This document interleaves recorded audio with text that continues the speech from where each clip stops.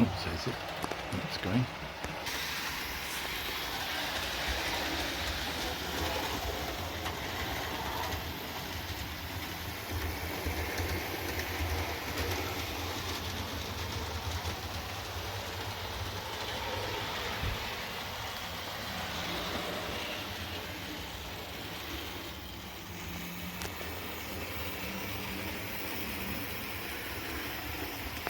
There's track one.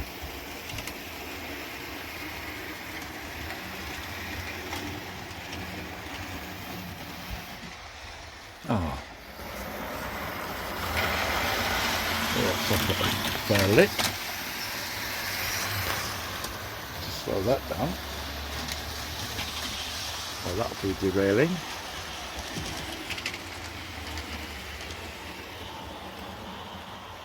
Sorry.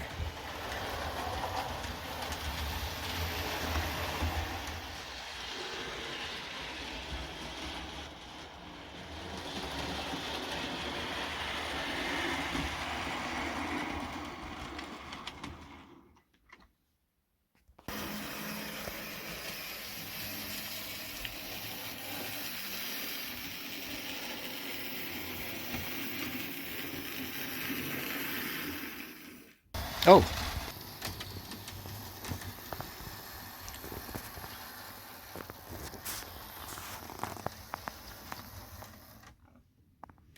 Okay, so maybe there's a bit of...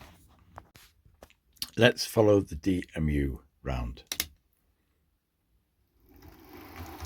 Go, it's setting off okay. You have to drive up here a little. You'll hear some wheel slip.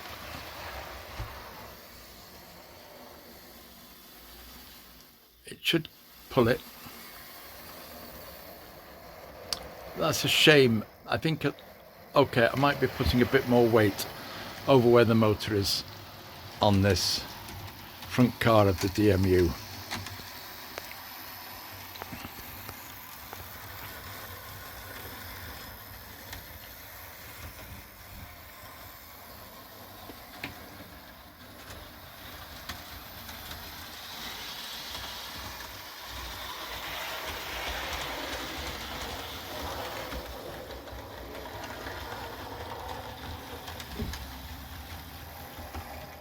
That's what we like to see. Pull up a bit further. There we go.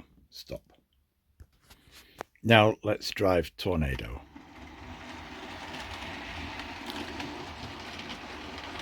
A lovely motor in this model.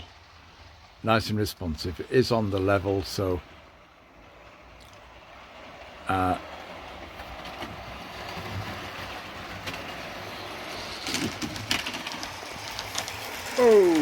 I just did disconnect. Yes, the door's just blown closed.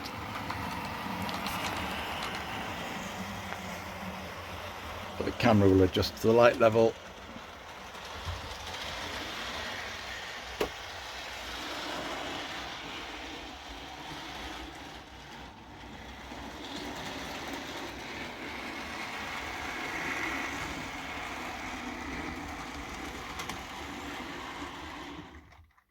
Sorry, I'm not slowing it down at the best rate. And the noisy little shunter. It's geared down, so will have good slow running properties. Maybe I should show that by slowing it down.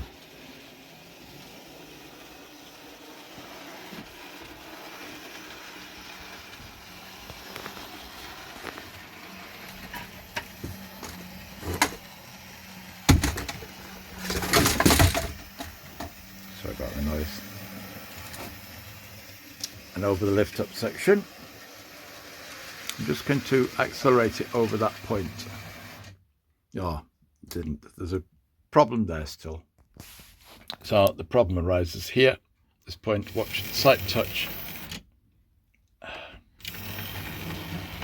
and it's away. Just a slight touch, and it's away.